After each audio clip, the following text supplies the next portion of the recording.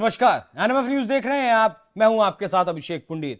पिछले 2 दिन से प्रधानमंत्री मोदी लगातार कांग्रेस और इंडिया अलायंस पर हमलावर हैं। पहले प्रधानमंत्री ने जो है कहा वेल्थ सर्वे, जो राहुल गांधी ने कहा था कि वो वेल्थ सर्वे करवाएंगे और बड़ा जिसकी जितनी हिस्सेदारी उसे उतना हक देंगे, लेकिन प्रधानमंत्री ने इससे आगे बढ़ते हुए कांग्रेस के जख्मों पर वो नमक रगड़ दिया है जिसकी कांग्रेस को उम्मीद नहीं थी। प्रधानमंत्री ने कहा कि कांग्रेस पार्टी जो पिछड़ों का, आदिवासियों का, दलितों का जो आरक्षण है उसमें सेंधमारी करके देश के मुसलमानों को देना चाहती है, तुष्टीकरण का एक और नया आयाम सेट करना चाहती है। इस मुद्दे पर चर्चा करेंगे, लेकिन उससे पहले सुनिए क्या कुछ कहा प्रधानमंत्री ने। सच्चाई ये है कि कांग्रेस और इंडिया अलायंस जब सत्ता में था तो ये लोग दलितों, पिछड़ों के आरक्षण में सेंधमारी करके वोट बैंक पॉलिटिक्स के लिए उनकी खास जमात को अलग से आरक्षण देना चाहते थे, जबकि संविधान इसके बिल्कुल खिलाफ है। आरक्षण का जो हक बाबा साहब ने दलित, पिछड़ों और आदिवासियों को दिया, कांग्रेस और इंडिया अलायंस वाले उसे मजहब के आधार पर मुसलमानों को देना चाहते थे। मजहब के आधार पर मुसलमानों को देना चाहते हैं। पंकज जी, बहुत बहुत स्वागत है आपका इस मामले पर। जो कुछ कहा प्रधानमंत्री ने और जो कुछ कल से चल रहा है, 6 अप्रैल को जब मैनिफेस्टो आया उसमें जो लिखा था मुस्लिम लीग का, बताया था उसे, कल प्रधानमंत्री हमलावर है और आज आरक्षण पर सीधे चोट की है और आज नाम लेकर चोट की है। नहीं, देखिए ये बात सही है कि जब मनमोहन सिंह की सरकार थी ना इस देश में, तो उन्होंने कोशिश की थी कि 15% मुसलमानों को आरक्षण दिया जाए। और कहां से वो आरक्षण दिया जाएगा?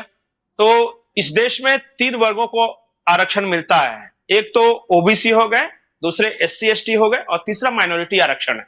तो माइनॉरिटी आरक्षण तो ऑलरेडी है उनके पास, जैसे कि लेकिन माइनॉरिटी आरक्षण में ईसाई भी आते हैं, जैन भी आते हैं, पारसी भी आते हैं, बौद्ध भी आते हैं, सिख है, जो कि रिलीजियस अल्पसंख्यकों को, लेकिन वो नौकरी में नहीं है बहुत ज्यादा। किसी किसी राज्य में होगा तो मुझे नहीं पता।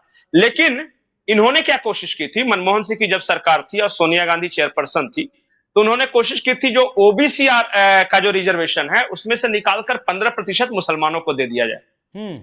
और जो एससी का रिजर्वेशन है, मतलब शेड्यूल कास्ट जो हमारे यहां होते हैं, तो इनका तर्क था कि मुसलमानों में भी कुछ जातियां ऐसी हैं जो एससी जातियां हैं, तो उस जातियों को एससी में इंक्लूड कर दिया जाए। तो यह हुआ था मनमोहन सिंह की सरकार के दौरान, ये हुआ था। लोग जब संविधान में धर्म के आधार पर आरक्षण नहीं, उस समय जो तर्क दिया गया था, और मुझे याद है कि उस समय कोई सिद्दीकी साहब थे, कांग्रेस के नेता, उन्होंने कहा था कि इस देश में संविधान में कई बार संशोधन हो चुका है, सैकड़ों बार हो चुका है, तो इसमें संशोधन हो जाना चाहिए कि मुसलमानों के लिए आरक्षण की व्यवस्था हो जानी चाहिए। तो सबने पूछा कि भाई 50% का वो मार्क लगा हुआ है कि 50% ही आरक्षण दिया जा सकता है, उससे ज्यादा नहीं। तो इन्होंने कहा था कि ओबीसी, एससी, एसटी में से काट के हमें दे दे। शाहिद सिद्दीकी शायद नाम था उनका, उन्होंने कहा था। तो ये तो कोशिश तो चली थी उसी के बारे में। और फिर देखिए, अभी तो जो मैनिफेस्टो लाया है, वो तो मनमोहन सिंह के जमाने की बात थी। अभी जो मैनिफेस्टो लाया, इसमें बार बार इस बात का जिक्र कर रहे हैं कि कास्ट सेंसस होगा, धन का पता लगाया जाएगा, हर इंस्टीट्यूशन का सर्वे होगा और उसके बाद रीडिस्ट्रीब्यूशन ऑफ फाइनेंस। अब रीडिस्ट्रीब्यूशन ऑफ फाइनेंस का हिंदी में मतलब होता है कि आपके धन को, मतलब कि पैसे को आपसे लेकर और जो ज्यादा जरूरतमंद हैं उनको बांटा जाएगा। एक हद तक ये कम्युनिस्ट आइडियोलॉजी है, लेकिन ठीक है, अगर ज्यादा गरीब को बांटा जाए तो उसमें बुराई नहीं। लेकिन अगर आप कहिए कि माइनॉरिटीज को बांटा जाएगा, तो क्या हिंदुओं में गरीब नहीं है? क्या हमारे जो है मुस्लिमों को बांटा जाएगा? नहीं, मुस्लिमों को ऐसा स्पेसिफिक नहीं कहा है, लेकिन उन्होंने माइनॉरिटी शब्द का इस्तेमाल किया है कांग्रेस के जो मैनिफेस्टो है। लेकिन माइनॉरिटीज में किसको? पारसियों को, जैनों को, क्योंकि वो सब तो ऑलरेडी पैसे वाले हैं वो तो। हाँ, इन्होंने कहा कि जरूरतमंद माइनॉरिटीज को। तो जरूरतमंद कौन है माइनॉरिटीज में? सिख नहीं, पारसी नहीं, जैन नहीं, कुछ हद तक क्रिश्चियन भी नहीं, क्योंकि वो भी बहुत संपन्न है, बहुत अच्छा कर रहे हैं। लेकिन जरूरतमंद कौन है सबसे ज्यादा? मुसलमान। अब ये इसका अच्छा, मैं पंकज नाम जी, नहीं लूंगा, नहीं मैं नाम नहीं लूंगा, बाकी लोग समझ जाते हैं। नहीं, मैं नाम ले रहा हूं, मैं नाम ले रहा हूं। मैं एक आज तक का एक आर्टिकल पढ़ रहा था जिसमें लिखा है कि दक्षिण के जो 5 राज्य हैं, तेलंगाना, आंध्र प्रदेश, कर्नाटक, केरल और तमिलनाडु, पूरे दक्षिण भारत में अब तक सभी मुसलमानों के लिए आरक्षण की व्यवस्था थी। जब बीजेपी सरकार कर्नाटक में आई तो बीजेपी सरकार पहली ऐसी सरकार बनी जिसने जो 4% का एक्स्ट्रा आरक्षण मुसलमानों को दिया गया था वो खत्म किया। तेलंगाना में भी यही चीज है, 4% वाली। जी, मैंने तो पहले ही बताया कि बीआरएस की सरकार थी, उसने दिया था वहां पे। मैंने कहा ना कि जब केंद्र सरकार की योजना फेल हो गई, जब कोर्ट कचहरी में मामला चला गया, तो फिर दक्षिण के राज्य सरकारों ने देना शुरू कर दिया, जो कि कांग्रेस समर्थित थे या अपने आप को सेकुलर दल जो कहते थे। मतलब धर्म के आधार पे आरक्षण देना इस देश में सेकुलरिज्म है। धर्म के आधार पर? और एक महत्वपूर्ण, हाँ, धर्म के आधार पे। और अगर कह दीजिए कि आर्थिक आधार पे दो, कि मतलब जो गरीब है उसको मिलना चाहिए, चाहे कोई कास्ट क्रीड है, उससे हमें कोई मतलब नहीं। अगर ये कर दे सरकार की जिनकी वार्षिक आमदनी इस देश में 1 लाख रुपया उससे कम है, उनको लाभ दिया जाएगा, तो देखिए बहुत बड़ा हंगामा होता है ये। हाँ, नहीं मानते वो, लेकिन धर्म के आधार पर मिलना चाहिए अभी। और ये उन्हीं लोगों का मानना है जो कि आर्थिक आधार से का विरोध करते हैं। अभी अब और कांग्रेस ने अपने मैनिफेस्टो में साफ साफ लिख दिया इस बात को। कर्नाटक के सीएम सिद्धरामैया ने कुछ किया भी, आप वो बता रहे थे, वो बताइएगा एक बार। नहीं, मैं बताया कि 2 दिन पहले की बात है। सिद्धरामैया का एक बयान है, कन्नड़ में है, उसमें वो कह रहे थे कि मैं चाहता हूं कि जो भी रिसोर्सेज है उसको लेके और मुसलमानों में डिस्ट्रीब्यूट कर दिया जाए। ये स्पेसिफिकली सिद्धरामैया का बयान। तो देखिए, इंटेंशन तो बार बार निकल कर सामने आ रहा है। मनमोहन सिंह ने भी कहा था कि इस देश के संसाधनों पे पहला हक मुसलमानों का है। सिद्धरामैया भी कह रहे हैं कि मेरी इच्छा है कि सब सारे संसाधन लेके। अच्छा, सारे संसाधन में क्या होता है मैं आपको बताता हूं कि एक हिंदू के पास क्या संसाधन होता है। उसकी जमीन होगी, उसकी गाड़ियां होगी, उसकी पत्नी ने कुछ गहने जेवर बचा के रखे होंगे, या फिर वो कुछ धंधा करता होगा। अब इसको लेके अब माइनॉरिटी में बांट देना, इसका मतलब क्या हुआ कि आपकी जमीन कांग्रेस की अगर सरकार आ गई तो वो लेगी और देखेगी कि आपके पास ज्यादा है कि नहीं, लेकिन जिनके पास नहीं है उन माइनॉरिटीज को बांट देगी। चलिए, अतीक अहमद का नाम सुना है? अगर मैं बताऊं, मैं एक बार बताता हूं आसान शब्दों में जी, कि अगर मेरे घर में मेरे पुश्तैनी कुछ जमीन है और मेरे परिवार की संख्या कम है, मैंने मान लिया कि सरकार के कहे अनुसार फैमिली प्लानिंग की है, 2 बच्चे रखे हैं, एक पति एक पत्नी और मैं 2 हूं, मैं सिर्फ 4 हूं, तो सरकार कहे कि तुम 4 आदमी 20 एकड़ जमीन रखोगे और वो बेचारा अब्दुल 18 परिवार वाला आदमी, उसके पास 1 एकड़ भी नहीं है, तो एक काम करो, तुम 2 रखो, बाकी 8 उनको दे दो। मतलब अगर 18 जो एक अब्दुल को 18 बच्चे, 7 बच्चे, 10 बच्चे हैं, वो तो अल्लाह की देन है। हाँ, तो ज्यादा हो गया ना। हाँ, ज्यादा हो गया ना। जिसकी जितनी संख्या भारी उसकी उतनी हिस्सेदारी कर रहे हैं वो। और उसमें माइनॉरिटी शब्द ऐड कर रहे हैं। वो बहुजनों की बात नहीं कर रहे हैं, वो माइनॉरिटीज की बात कर रहे हैं। तो उनकी संख्या भारी हो रही है और इसलिए उनको देना जरूरी है। चलिए, खैर ऐसा तो नहीं हो पाएगा, लेकिन एक आखिरी सवाल आपसे। नहीं, कांग्रेस का मैनिफेस्टो है, अगर सरकार आएगी तब तो वो कह रहे हैं कि हम करेंगे ऐसा।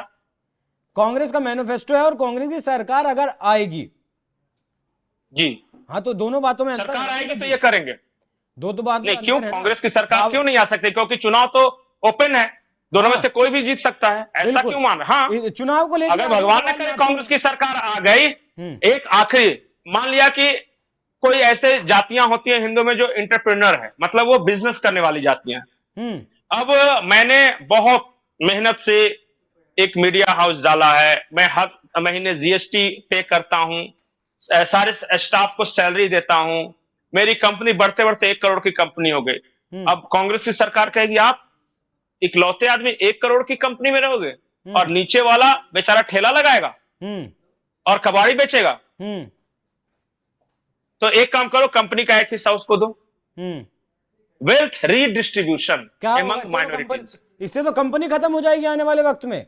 जो 50, 100, 200 रोजगार पा रहे थे वो भी खत्म होगा।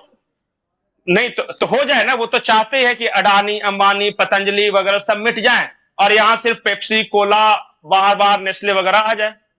यही तो आज तक एक आवाज उठाई हो अगर किसी विदेशी कंपनी के खिलाफ, चाहे वो पानी में जहर भर कर बेच रहे हो, चाहे कीटनाशक दे रहे हो। हाँ, उनको आपत्ति इस बात से है कि कोरोनिल किट कैसे दे दिया पतंजलि ने, या फिर अडानी ने कैसे एक्वायर कर लिया, इतना वो तेजी से बढ़ता हुआ बिजनेस हाउस कैसे हो गया भाई, या फिर अंबानी के पास कैसे पैसा आ गया। वो कभी नहीं पूछेंगे कि बिल गेट्स के पास कैसे आ गया।